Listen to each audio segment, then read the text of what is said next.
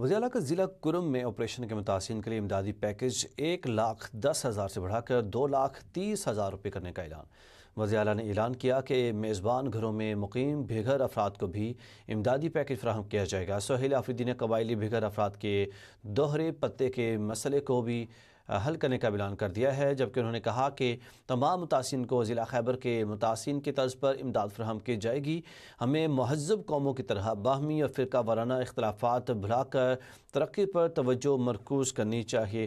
آپ کو بتاتے چلیں کہ وزیر اعلیٰ کا ضلع کرم میں آپریشن کے متاثرین کے لیے امدادی پیکیجز 1,10,000 سے بڑھا کر 2,30,000 روپے کرنے کا اعلان کیا ہے، جبکہ وزیر اعلیٰ نے اعلان کیا ہے کہ میزبان گھروں میں مقیم بے گھر افراد کو بھی امدادی پیکج فراہم کیا جائے گا۔ سہیل آفریدی نے قبائلی بے گھر افراد کے دوہرے پتے کے مسئلے کو حل کرنے کا بھی اعلان کیا ہے۔ انہوں نے کہا کہ تمام متاثرین کو ضلع خیبر کے متاثرین کے طرز پر امداد فراہم کی جائے گی۔